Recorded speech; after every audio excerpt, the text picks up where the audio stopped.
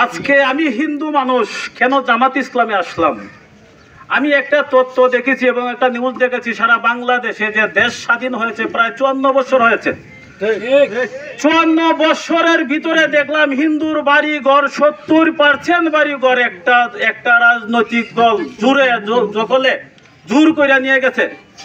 কিন্তু আমার একটা বিশ্বাস হয়েছে বাংলাদেশ জামাতি ইসলামের ভিতরে যে 54 বছরের ভিতরে একটা হিন্দু বাড়ি, একটা হিন্দু নারী, একটা হিন্দু জমি এখন পর্যন্ত কোনো বাংলাদেশ জামাত ইসলামের কোনো নেতা কর্মী কোনোভাবে দখল করে নাই।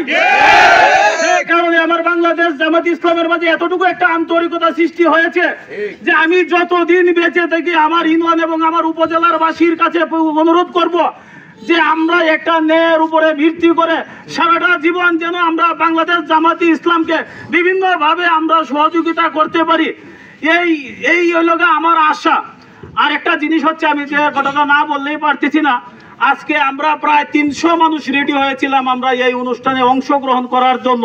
কিন্তু গতকালকে দেখা গেছে আমাদের এলাকাতে বিভিন্ন জায়গায় বিভিন্নভাবে হুমকি দিয়ে আমরা হিন্দু সম্প্রদায়ের মানুষকে হিন্দু সমাজের মানুষও একটা স্বৈরাচার দলের একটা পক্ষ আমাদেরকে বিভিন্নভাবে অত্যাচার করে বিভিন্নভাবে বাধা দিয়ে আমাদেরকে 300 লোকের মাঝে আজকে আমরা 100 জন লোকও আসতে পারছি নাই।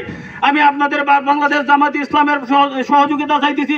আমাদেরকে যারা বাধা দেয় আপনারা যদি এগুলোর প্রতিবাদ না করেন তাহলে আমরা যে আশা করে আপনাদের কাছে আশা চাইতেছি, যেটুকু নিরাপত্তা আমরা চাইতেছি, আমরা আসলে সামনের দিকে যাইতে আমাদেরকে একটু কষ্ট হইতেছে।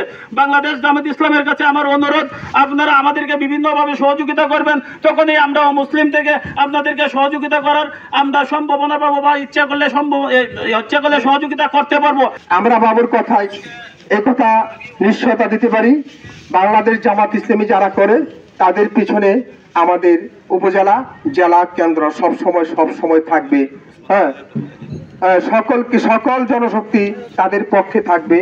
আমরা সকলের দুঃখ বিপদে আমরা ঝাঁপিয়ে পড়বো, আমরা কাউকে ভয় করবো না ইনশাআল্লাহ।